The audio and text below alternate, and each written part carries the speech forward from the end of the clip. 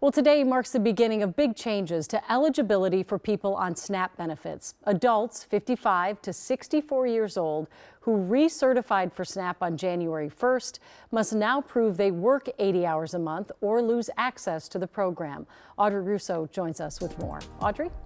Yeah, this is the first time this age group is subject to this work requirement. Now, unless they're exempt because of a medical condition, seniors will have to work, then fill out the paperwork proving it every time they reapply for SNAP. Local food pantries say this change will no doubt result in more visits to their already strained shelves. Yeah, you see anything here? Oh yeah, blueberries.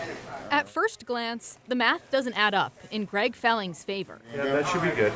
A cancer diagnosis ended his 30-year career as a salesman. He cares for his 95-year-old mother, and regular visits to a food pantry Yeah, half dozen eggs. are just enough to keep him off SNAP. And I feel that does me enough. But doing the calculations, he counts himself lucky Yeah. to be turning 65 this year. I mean, I was, 62 years old at this point in time. I'd have to go back to work, put all the hours into it. For the first time, seniors ages 55 to 64 must work or volunteer 80 hours a month to get SNAP benefits. Otherwise, they'll only be eligible for 3 months of assistance every 3 years. Outlined here in the One Big Beautiful Bill. We want them to be safety nets, not hammocks that people stay in, but getting people on their feet.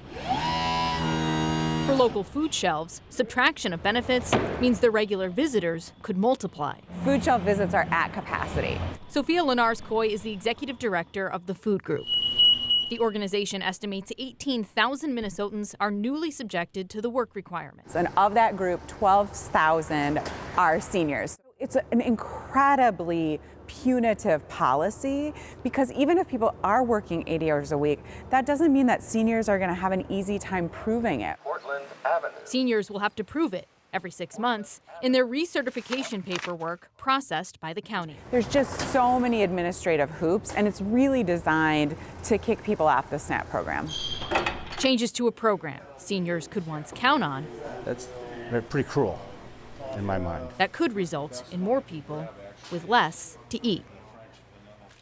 Now, proponents of the new work requirements say that this change will give seniors access to career and retraining programs that are provided to SNAP benefits, thus improving their chances of finding a job. And to reiterate, we're defining seniors as 55 to 64, that age group. Yeah, in this particular work requirement, yes. All right. Thank you, Audrey.